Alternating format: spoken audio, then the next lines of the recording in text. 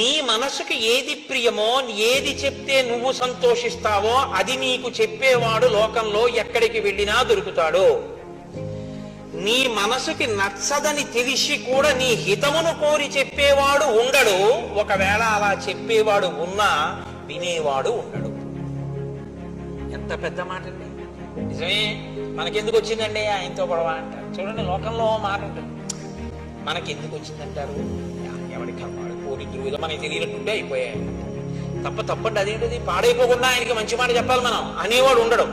ఒకవేళ ఆయన అలా అని తప్పబ్బాయి నువ్వు అలా ఉండకూడదు, నువ్వు మారవలసి ఉంటుంది సుమా అన్నాడు అనుకోండి, వినేవాడు ఉండడు. అంటే సులభా పురుషారాజన్ సతతం ప్రియవాదిన అప్రియస్యతు పత్యస్య వక్త శ్రోతాక దుర్లభ. అటువంటి వక్త, అటువంటి శ్రోత లోకంలో లేరు, అదులభం అన్నాడు అంతే. ఒకవేళ ఉంటే అద్భుతం, అది మారిపోతారంటే రావలసినటువంటి అకాల మృత్యువు తొలగిపోతుంది. అవలసిన రాక్షసుడు సత్పురుషుడైపోతాడు, మారుతాడు. మారే అవకాశం ఉందన్నమాట.